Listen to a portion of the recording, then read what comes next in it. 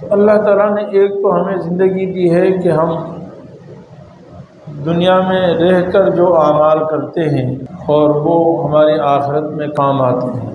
یہ تو وہ اعمال ہیں جو ہماری زندگی کے ساتھ متعلق ہیں اور 30 40 50 60 سال کے بعد ختم ہو جائیں گے۔ لیکن اللہ رب العالمین کے ایک بہت بڑا عظیم فضل اور کرم اور احسان یہ بھی ہے کہ اللہ تعالیٰ نے ہمیں کچھ اعمال ایسے بتائے ہیں، اگر وہ ہم کر لیں دنیا کی چند روزہ زندگی میں تو اس کا اجر و ثواب لامحدود زمانے تک ہمیں ملتا رہے گا، یعنی اس کی کوئی حد نہیں بیان فرمائی کہ کب تک ملے گا، قیامت تک مل سکتا ہے۔ جب تک وہ عمل جاری رہے گا اس وقت تک انسان کے لیے وہ عمل جاری رہے گا۔ یہ اعمال بہت قیمتی ہیں، کیونکہ انسان جیسے نماز پڑھتا ہے، 10 سال نماز پڑھی اس کو ثواب ملے گا، 20 سال پڑھی 20 سال کا ثواب ملے گا، 50 سال پڑھی 50 سال کا ثواب ملے گا، تلاوت اتنی کی جتنی مرتبہ قرآن کریم کی تلاوت کی اس کا ثواب ملے گا، دیگر شریعت کے احکام جو انسان زندگی میں کرتا ہے، لیکن وہ اتنے سال ہے جتنا اس نے دنیا میں کیا ہے، اور جب دنیا سے چلا جائے گا ختم ہو جائے گا، فیکٹری بند ہو جائے گی، یعنی آخرت کی فیکٹری بند ہو جائے گی۔ اعمال جہاں سے کمائے جاتے تھے وہ ختم ہو جائیں گے، انسان کا جسم ختم ہو جائے گا۔ دوسری قسم کے وہ اعمال ہیں جو لوگ آپ کے لیے کرتے ہیں، اس کو کہتے ہیں ایصال ثواب۔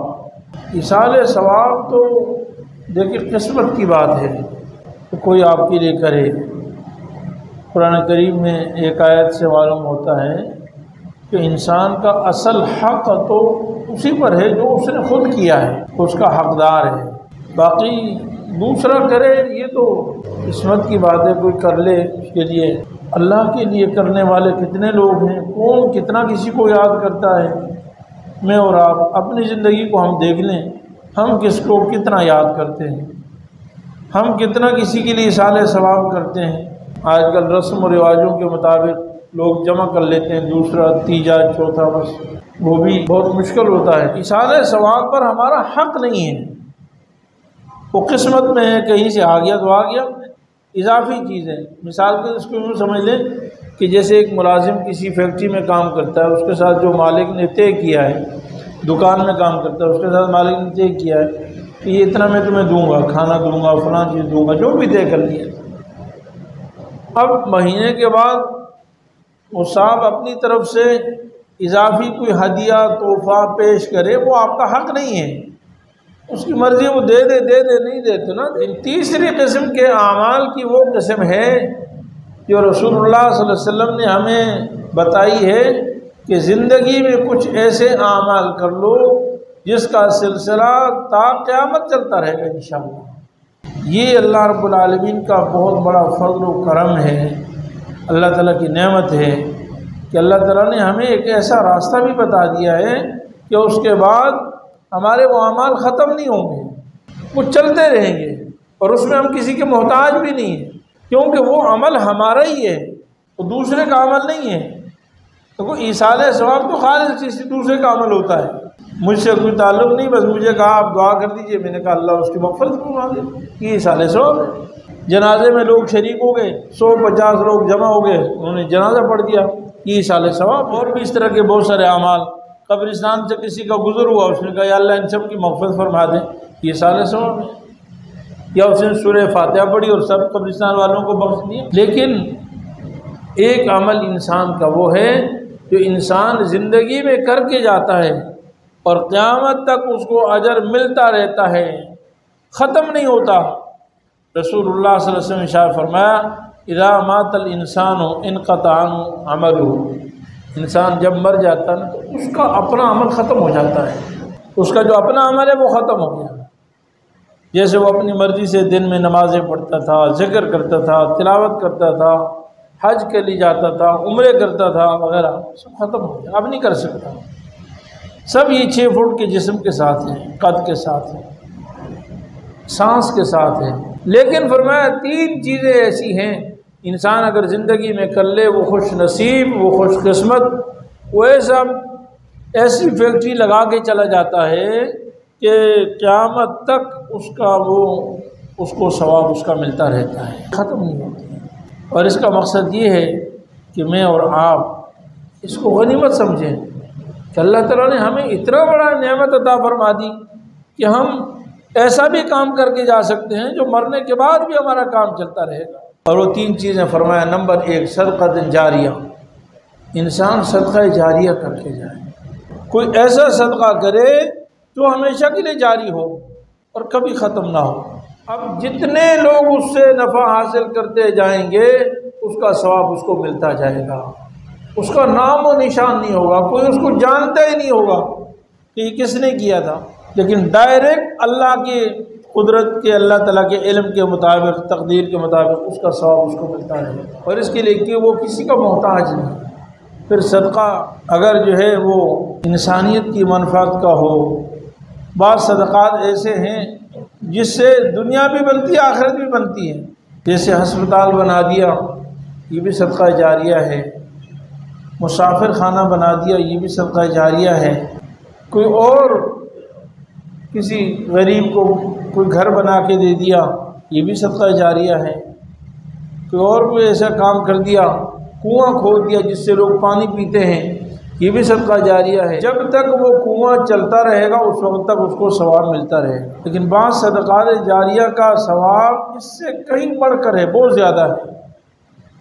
وہ آپ نے مدرسہ بنا دیا، مدرسہ جس میں قرآن و سنت اور وحی الہی کی تعلیم ہوتی ہے، تو وہ عظیم الشان صدقہ جاریہ ہے۔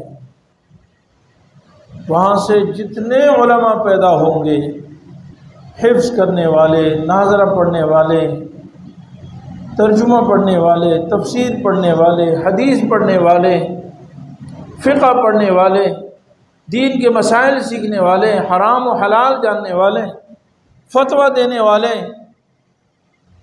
اور پھر وہ جتنا آگے کام کرتے جائیں گے وہ صدقہ جاریہ ہو۔ مسجد بنا دی، بہت بڑا صدقہ جاریہ ہے، کیونکہ وہ مسجد جب تک، اور حدیث میں آتا ہے رسول اللہ صلی اللہ علیہ وسلم ہمیں شریعت کا حکم ہے کہ ایک جگہ جب مسجد یا مدرسہ بن جاتا ہے وہ قیامت تک رہتا ہے۔ دوسرے نمبر پر رسول اللہ صلی اللہ علیہ وسلم نے فرمایا کہ سب سے بڑا جو انسان کو ثواب ملتا ہے مرنے کے بعد اور وہ ختم نہیں ہوتا، وہ علم ہے، علم، اور فرمایا کہ علم بھی وہ جس سے نفع حاصل کیا جائے۔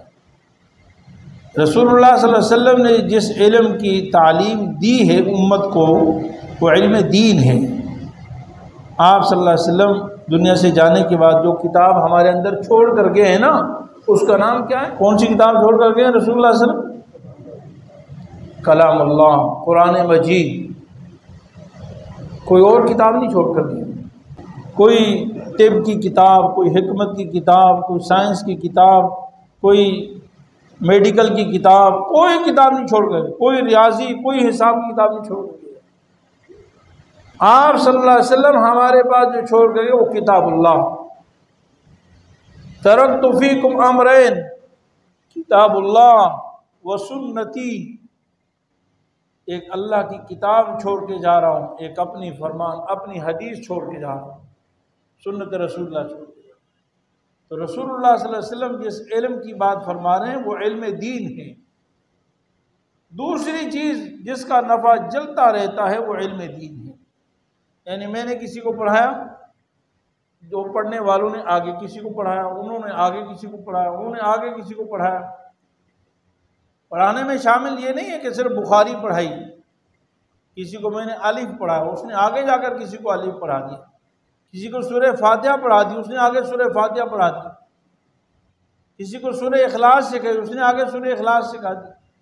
قیامت تک وہ سلسلہ چلتا رہے گا، اجر و ثواب ملتا رہے۔ تیسری چیز رسول اللہ صلی اللہ علیہ وسلم نے فرمایا اولد صالح یدعو لہ، کہ انسان کے نیک اولاد نیک ہو۔ اس لیے کہ کسی انسان سے دنیا میں اگر محبت ہو سکتی ہے نا، یا کسی مرنے کے بعد کسی سے تعلق اور واسطہ قریب کا رشتہ ہو سکتا ہے تو وہ صرف اولاد ہے۔ پھر بھی یاد کر سکتی ہے کہ میرے والد ایسا تھا، ہماری والدہ ایسی تھی، دادا ایسے تھے، پردادا ایسے تھے، حسب۔ اور انسان کا مرنے والے کا وارث اولاد ہوتی ہے، اس لیے اولاد اپنے والدین کے لیے صدقہ جاریہ ہے، کیونکہ اولاد انسان کی اپنی کمائی ہے۔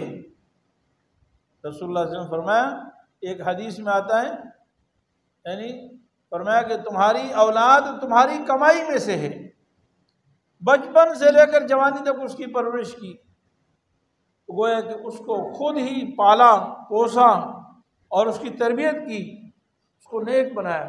اولاد جتنے بھی اچھے کام کرے گی سب کا اجر و ثواب والدین کو خود بخود ملتا ہے۔ اور پھر اگر وہ دعا کرے، حدیث میں یدعو لہ، نیک اولاد جو اس کے لیے دعا کرے، علماء فرماتے ہیں یہ جو یدعو لہ کی قید ہے یہ نور علی نور ہے، یعنی اولاد کے تمام نیکیوں کا ثواب تو ویسے ہی مل جاتا ہے، لیکن اس پر مزید وہ دعا بھی کرے، اپنے والدین کے لیے صدقہ مزید کرتی رہے، تو یہ اس پر اور اضافی ہو جاتا ہے، اعلیٰ نور ہو جاتا ہے۔ تو یہ انسان کے لیے صدقہ جاریہ۔ مفتی صاحب کے YouTube چینل کو سبسکرائب کیجئے اور ان کے تازہ بیانات کے ذریعے اپنی علمی، اصلاحی اور فکری آبیاری کرتے رہیے۔ جزاکم اللہ۔